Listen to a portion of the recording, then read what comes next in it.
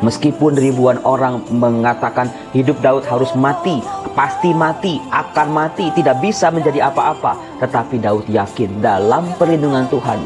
Tuhan pasti berencana, Tuhan pasti berkehendak lebih daripada yang dia bayangkan. Pertolongan kita berasal dari Tuhan yang menjadikan langit dan bumi. Dalam nama Bapa dan Putera dan Roh Kudus. Amin. Salam damai sejahtera saudara-saudaraku yang terkasih, pencinta firman Tuhan. Berjumpa kembali dengan Bible Learning with Father Joseph. Saudara-saudaraku yang terkasih, senang rasanya saya Romo Yosef boleh hadir kembali menemani Anda dalam membaca firman Tuhan.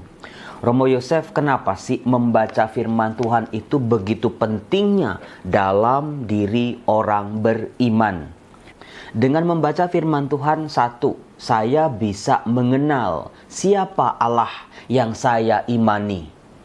Yang kedua, saya bisa mengenal juga cara-cara kerja Allah dalam menyelamatkan saya dan juga seluruh umat manusia tentunya. Lalu yang ketiga juga, saya bisa mengenal kualitas pribadi Allah. Kasih Allah, pengampunan Allah, jalan-jalan Allah, apa yang Allah kehendaki buat saya. Jadi hidup saya jadi nggak bingung, jadi nggak kayak orang jalan tapi nggak tentu arah. Nah, kemudian juga ternyata saudara-saudara, dengan membaca firman Tuhan, saya semakin mengenal diri saya. Apakah Anda sudah mengenal diri Anda sendiri? Bukan sekedar nama, alamat, tanggal lahir, nomor telepon, hobi. Bukan sekedar itu. Tetapi apa yang menjadi keunikan diri kita masing-masing? Apa yang Tuhan kehendaki ketika Tuhan menciptakan kita? Seperti tadi seruan di awal, pertolongan kita berasal dari Tuhan yang menjadikan langit dan bumi. Ingat saudara-saudara, Tuhan bukan sekedar menjadikan langit dan bumi, tetapi juga segala isinya, termasuk saya dan juga Anda. Ketika Tuhan membuat diri kita, merancang dalam rencananya, Tuhan itu mau menjadikan kita apa? Seperti misalnya, kota Yogyakarta. Itu terkenal dengan apa Ibu Bapak? Kota Yogyakarta, jajanan yang sangat terkenal dari zaman dulu sampai zaman sekarang. Ya betul, yaitu bakpia. Nah, ini di tangan saya ini ada bakpia. Nah, meskipun ada begitu banyak toko-toko bakpia, penjual-penjual bakpia, ini di tangan saya ini ada bakpia Kurniasari, dibawakan kemarin oleh Romo Baur yang dari Jogja. Di sana ada teman saya titip Romo Baur. Nah, setiap bakpia pasti punya keunikannya. Nggak pernah sama antara bakpia 25, bakpia 75, bakpia Kurniasari, atau sekarang ada bakpia Kulkus. Masing-masing unik dengan caranya. Demikian juga dengan kita saudara-saudara, masing-masing kita unik di tangan Tuhan, unik dalam rencana Tuhan dengan caranya masing-masing. Maka di sini semakin saya membaca firman Tuhan, semakin saya mengenali jalan-jalan saya, identitas saya, tugas-tugas saya, apa yang harus saya lakukan dalam hidup. Jadi seru saudara-saudara, kalau mengenal Allah itu nggak cukup sehari, 2 hari, setahun, 2 tahun. Tapi sepanjang hidup kita berjuang untuk mengenal Allah lebih dalam, lebih dalam, lebih dalam lagi. Karena Allah dengan seluruh misterinya itu sungguh teramat besar buat kita. Maka perlu pencarian sepanjang hidup sampai kita menemukan siapa Allah yang sejati. Baru selesai nanti ketika kita mati. Ternyata juga demikian dengan diri kita. Jangan-jangan banyak orang zaman sekarang ya sudah hidup, sudah gedebak-geduk, sudah punya anak, sudah punya cucu, tapi sepertinya belum kenal siapa sih aku ini. Nah, saudara-saudara, semakin kita mengenal dua hal itu, ternyata setiap hari kita bisa diberi hal-hal yang baru yang belum pernah kita tahu. Atau juga kita semakin dimantapkan terhadap hal-hal yang sudah kita ketahui. Jadi kita dalam menjalani hidup makin yakin, makin mantap.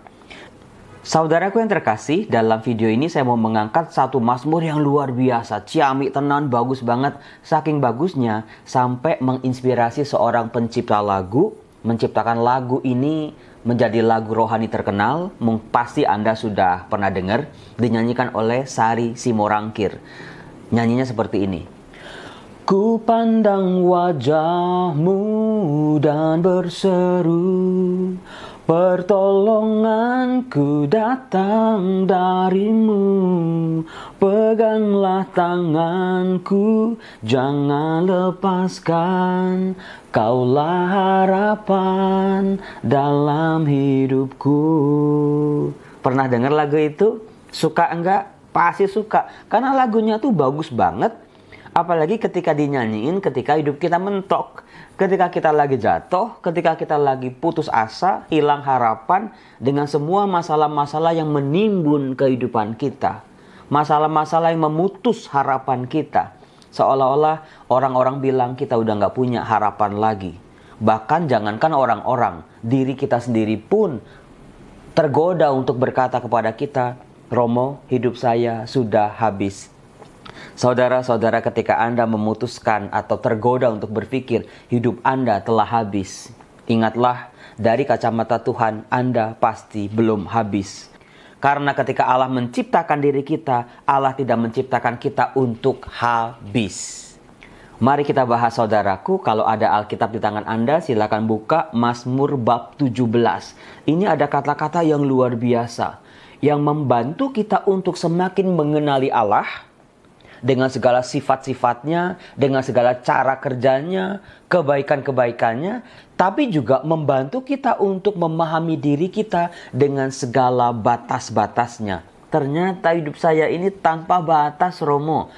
Orang lain mungkin bisa membatasi diri kita dengan pikiran mereka, dengan cara-cara mereka, dengan aturan-aturan mereka. Tetapi ternyata Tuhan yang menjadikan kita, ada sesuatu yang Tuhan rencanakan buat kita. Mari kita buka Mazmur bab 17. Doa Daud diburu dengan tidak bersalah. Jadi saudaraku, Mazmur ini merefleksikan pengalaman Daud ketika dia dikejar-kejar oleh Saul. Ketika dia dikejar-kejar oleh Absalom, anaknya. Meskipun Daud tidak bersalah, dia dibenci. Meskipun Daud tidak berbuat dosa pada waktu itu, tapi Daud hidupnya mau dihabisi oleh mereka. Karena iri hati, karena dengki, karena kemarahan, karena kekecewaan orang lain terhadap apa yang telah diperbuat Tuhan buat Daud. Apakah Anda pernah ada di situasi seperti itu? Dibenci, diomongin enggak-enggak, difitnah, meskipun kita tidak bersalah. Saya yakin ada banyak sekali. Dikatakan, dengarkanlah Tuhan perkara yang benar. Jadi saudaraku, belajarlah dari Daud. Dalam doa kita bisa membawa perkara kita. Kita tidak bisa menipu Tuhan, karena Tuhan bisa melihat seluruh hati dan dalam-dalamnya kita. Tuhan tahu mana yang benar, mana yang gak benar. Daud mengatakan, aku membawa perkara yang benar. Perhatikanlah seruanku, berilah telinga akan doaku dari bibir yang tidak menipu. Saudara-saudara, kejujuran, kebersihan hati, tidak menipu, tidak memanipulasi dalam doa. Ternyata itu menjadi pintu masuk buat kita. Karena apa? Ya percuma kita bohongin Tuhan, percuma kita tipu-tipu. Meskipun dunia yang sekarang ini kita hidupi adalah dunia tipu-tipu, tapi di hadapan Tuhan kan kita nggak bisa menipu Tuhan. Percuma kita bohong sama Tuhan, karena Tuhan tahu isi hati kita. Dikatakan, daripada mulah kiranya datang penghakiman, matamu kiranya melihat apa yang benar. Saudara-saudara, kalau Anda benar lalu dianggap salah, kalau Anda tidak bersalah tetapi oleh hakim, oleh masyarakat Anda dibilang tidak benar, Tuhan yang tahu, Tuhan hakim yang sejati. Di sini saya melihat ada beberapa pribadi yang betul-betul kasusnya, masalah hidupnya dimanipulasi oleh orang-orang yang tidak bertanggung jawab, sehingga harus menjalani hukuman yang sebetulnya tidak pantas atau tidak layak diberikan kepadanya. Datanglah pada Tuhan, karena Tuhan adalah hakim yang benar. Dikatakan, bila engkau menguji hatiku, memeriksanya pada waktu malam, dan menyelidiki aku, maka engkau tidak akan menemui sesuatu kejahatan. mulutku tidak terlanjur. Artinya mulut Daud ini, dalam kata-kata Daud tidak berbual, Daud tidak berbohong. Daud berkata yang benar. Dan dia yakin, Tuhan, Engkau tahu aku benar. Engkau pasti menjadi pembelaku. Dikatakan tentang perbuatan manusia sesuai dengan firman yang Engkau ucapkan. Aku telah menjaga diriku terhadap jalan orang-orang yang melakukan kekerasan. Langkahku tetap mengikuti jejakmu, kakiku tidak goyang. Ini sebuah curhat dari Daud, betapa selama hidupnya dia mencoba berjalan di jalan Tuhan. Dan dia tidak pernah melirik ke kiri dan ke kanan. Kemudian dikatakan, aku berseru kepadamu karena Engkau menjawab aku ya Allah. Sendengkanlah telingamu kepadaku, dengarkanlah perkataanku.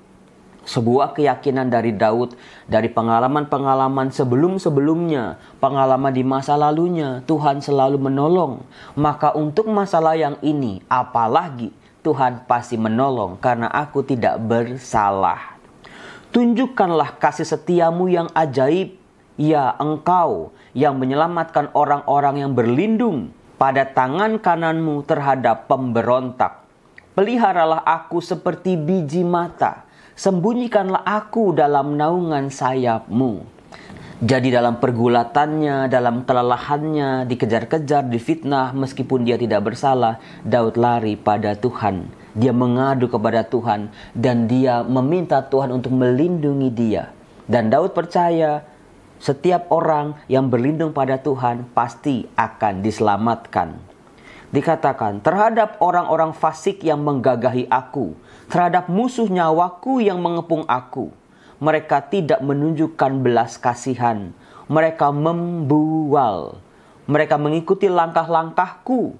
Mereka sekarang mengerumuni aku.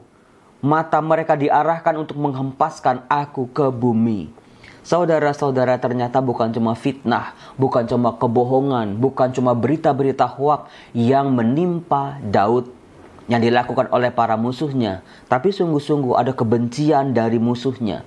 Ada ketidaksukaan. Ada niat buruk, niat busuk dari para musuhnya untuk menghabisi nyawa Daud. Dikatakan, rupa mereka seperti singa yang bernafsu untuk menerkam. Seperti singa muda yang mengendap di tempat yang tersembunyi. Lawan yang dihadapi Daud bukan lawan sembarangan. Ada Saul, ada Absalom dengan segala prajurit-prajuritnya. Sementara Daud hanya seorang diri dan segelintir pasukan. Bukan sebuah keadaan yang seimbang. Tetapi Daud tahu dan Daud yakin Tuhan bersama dia. Meskipun musuhnya banyak, tetapi dia akan aman dalam perlindungan Tuhan. Dia berseru di ayat 13.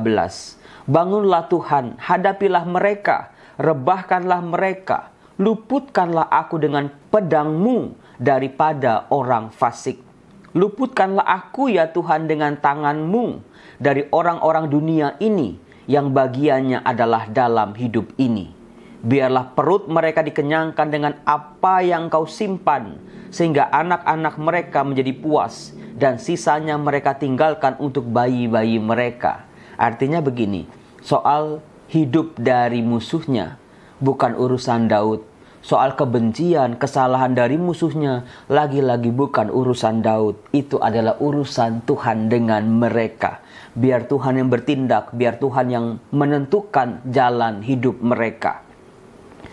Kemudian, nah ini di ayat 15 yang menjadi inspirasi dari lagu Sari Simorangkir. Tetapi aku dalam kebenaran akan kupandang wajahmu, dan pada waktu bangun aku akan menjadi puas dengan rupamu. Saudara-saudaraku yang terkasih, lagi-lagi itulah batas-batas yang ditentukan Allah untuk Daud. Batas-batas hidup yang tidak pernah dia bayangkan sebelumnya.